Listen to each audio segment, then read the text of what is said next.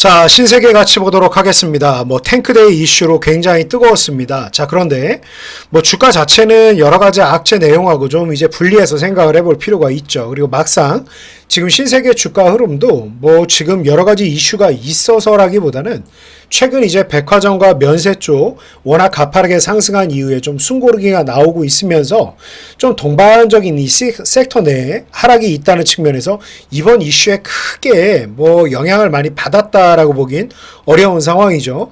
단기적으로 60만원 돌파 시도 나오다가 지금 이틀짜리 5월 22일 날 한 6%가량 조정을 받고 오늘도 또 추가로 좀 조정을 받긴 했습니다만 급격한 움직임이라기보다는 밴드 상단선 돌파한 이후에 조금 기간을 당긴다라 그러면 이렇게까지 가파른 상승 지금 신세계가 상장한 이후로 아마 유례를 찾아볼 수 없을 정도의 이 격렬한 상승이죠. 그러고 나서 단기적인 매물 소화 과정이라고 보는 게 더욱 맞겠습니다.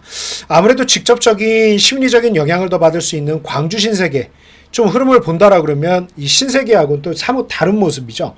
전체적인 매물대 자체가 한 39,000원에서 35,000원권에서 형성이 되다가 박스를 일단 이탈했고 최근 4, 5거래일 연속 조정을 받는 모습을 보면 아무래도 이제 광주다 보니까 광주 신세계에 영향이 더 크게 미치는 것은 확인할 수 있습니다. 그런데 지금도 마찬가지로 그런 여러 가지 악재가 크게 반영된 이슈라고 볼 정도의 움직임은 아니라고 볼 수 있겠죠. 긍정적인 측면이라고 하면 일단 뭐니 해도 사실 신세계백화점은 정유경 총괄사장이 경영을 하고 있는 거고 스타벅스 코리아는 이마트가 대주주로 지분을 가지고 있는 거죠. 그러니까 막상 영향이 없다라고 할 수는 없죠. 같은 그 오너가의 영향을 받고 있고 사실 이제 그동안 정영진 회장의 어떤 그 좀 강경한 보수적인 발언들이 좀 문제가 됐던 거지 않습니까? 그래서 지금 여러 가지 리스크가 좀 부각되고는 있습니다만 일단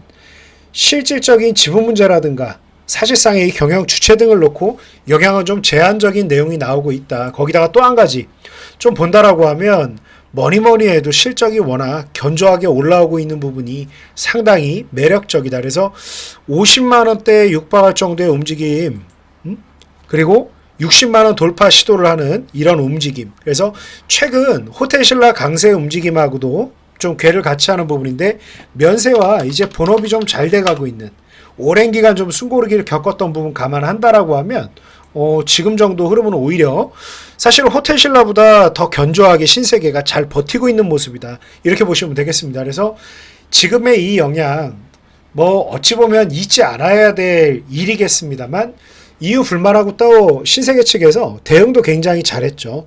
누가 보더라도 제가 방금 말씀드렸듯이 실질적인 총괄 사장이라든가 실질적인 대지주가 아닙니다만 문제의 본질이라고 할 수 있는 어떻게 보면 이렇게까지 좀 시끄러울 수 있었던 이 정영진 회장이 직접적으로 나서서 용기 있게 사과를 한 부분도 있고 변명하지 않고 일단 대표이사와 그 경영에 책임이 있는 사람들을 경질한 부분도 조금 사태를 조기에 수습할 수 있는 여건이지 않나.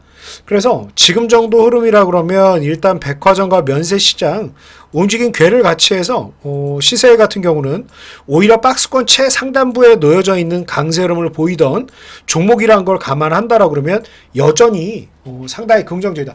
지금 궤적만 놓고 본다라고 그러면 그나마 롯데쇼핑이 조금 더 우위에 있을까 정도지 신세계가 가장 최고조에 있는 상황입니다. 그래서 IT 반도체로 자금들이 많이 쏠려 있긴 합니다만 면세 유통 특히 이제 백화점 시장 중심으로 해서 긍정적인 흐름을 재차 좀 이어갈 수 있지 않을까 합니다. 그래서 지금 광주 신세계가 아무래도 심리적으로는 영향을 더 받을 수밖에 없으니까 신세계가 더 좀 유리할 수 있다라는 측면이고 충분히 반기 말 때까지 60만원 재돌파 시도 나오지 않을까라고 말씀드리면서 자연스러운 되돌림인 20일 이평선 45만원 구간까지는 계속해서 좀 분할 매집을 하고 60만원 이상에서는 매도하는 전략 제시하도록 하겠습니다.